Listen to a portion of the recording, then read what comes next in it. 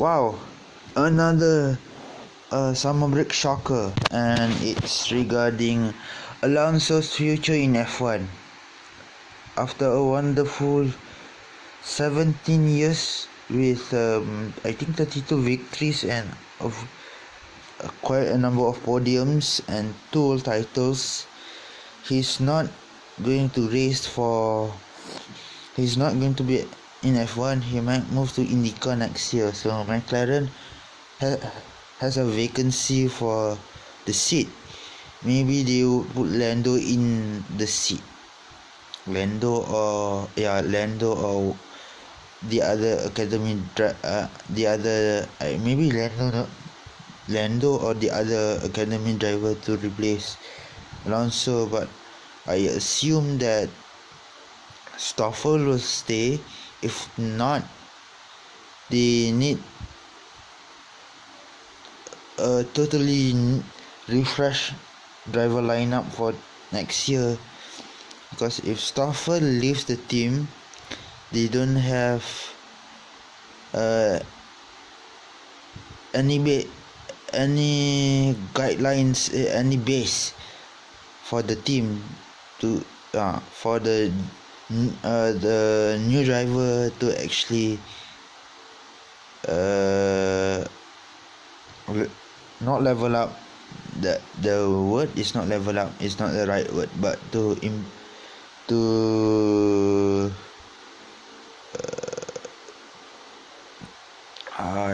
the word is in my head, but I can't say it. It's not to level up, it's the wrong term to use, but yeah, it's like when Stroll and Massa was in Williams for 2017, that kind of term. Not somebody senior, but somebody who can guide. Yes, now I know the word guide the driver. Okay, guide the driver to guide the new driver. Yeah, to guide the new driver next season. Hopefully Stoffel stays there, because Stoffel has raced quite a few number of races with McLaren through the whole of last season and this season, and replaced Button in 2016 when Button was involved with the 24 hours of Le Mans, I think, in 2016. He replaced Button, and yep, he should stay in the team, and maybe they would want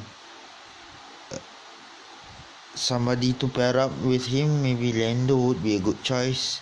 He's doing good in F2, the subsidiary. It used to be called GB2, but calling it F2 is kind of weird. So yeah, is the subsidiary to F1 actually. So yeah, and yep, I think George Russell will not be in F1 for the next couple of years. According to another report, I'm not really sure about this. In my other video, I was telling you guys about Raikkonen signing a new contract. He did sign, but it's just a rumor that it's a 2-year deal, but Ferrari has an option to terminate his contract if his contract if his performance is average or not that good compared to Vettel. But I think his race crafting and race pace so far this season is good.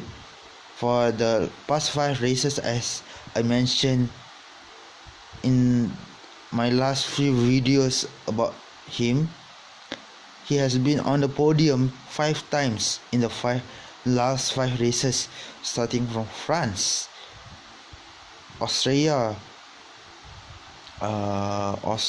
France, Australia,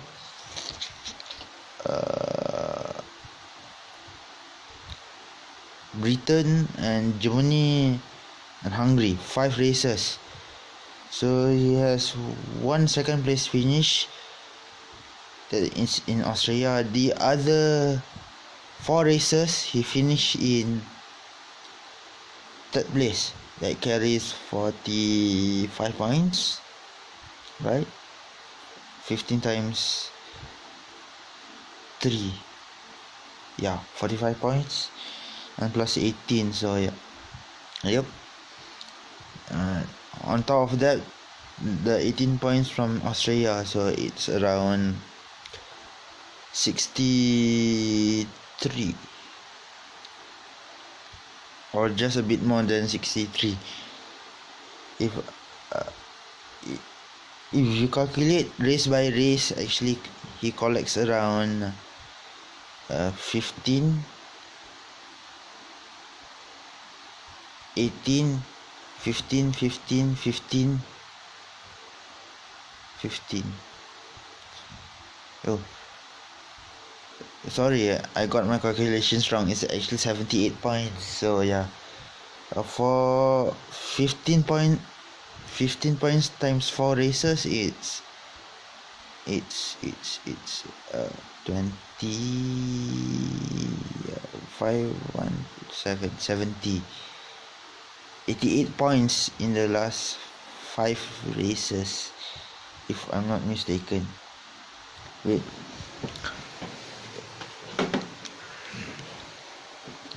+15 plus 18 plus 15 plus 15 plus 15,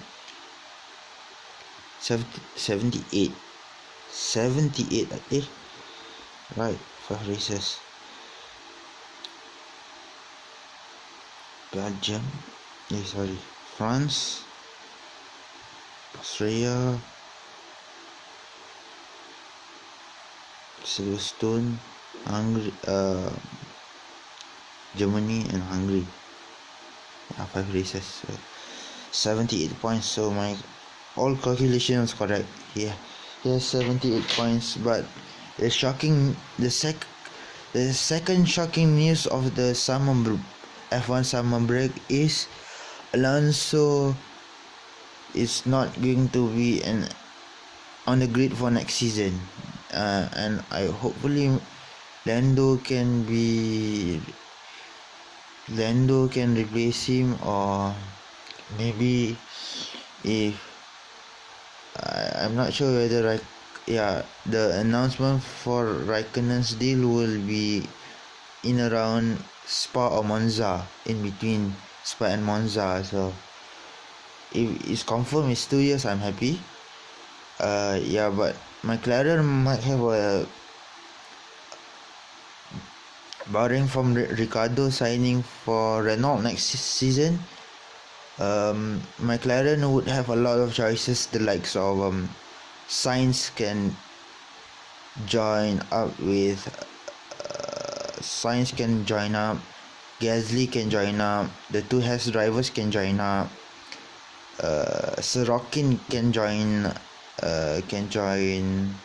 Ocon can join, Checo can join McLaren. So all those drivers, that I mentioned can join McLaren to become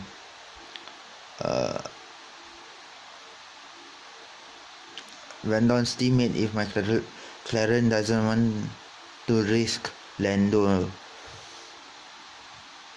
for next year. The British driver Lando Norris for next year is doing quite good in the FIA F2 Championship. I think he's behind George Russell, or he's ahead of George Russell by quite a considerable amount of points.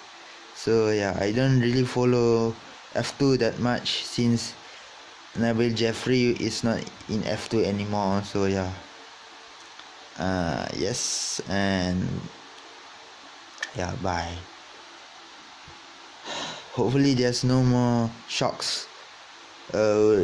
Regarding the news about Niki Lauda, I am not really sure, because it's rumored in the social media is readmitted to the hospital in Vienna.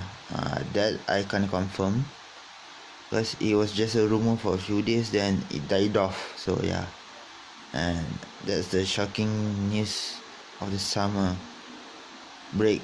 Three shocking news of the summer break. First is regarding Ricardo, then Nikki, then Alonso. Hopefully we don't get another shocker. The class of 2001 is almost vanished. Raikkonen is the last person. If he signs a deal, he's the last person from the class of 2001 to be in F1. We have lost Weber. I think he's from 01. Massa also from 01. Yeah, so yep, Weber and Massa. So yeah, and yep, Weber 2013, Massa last year,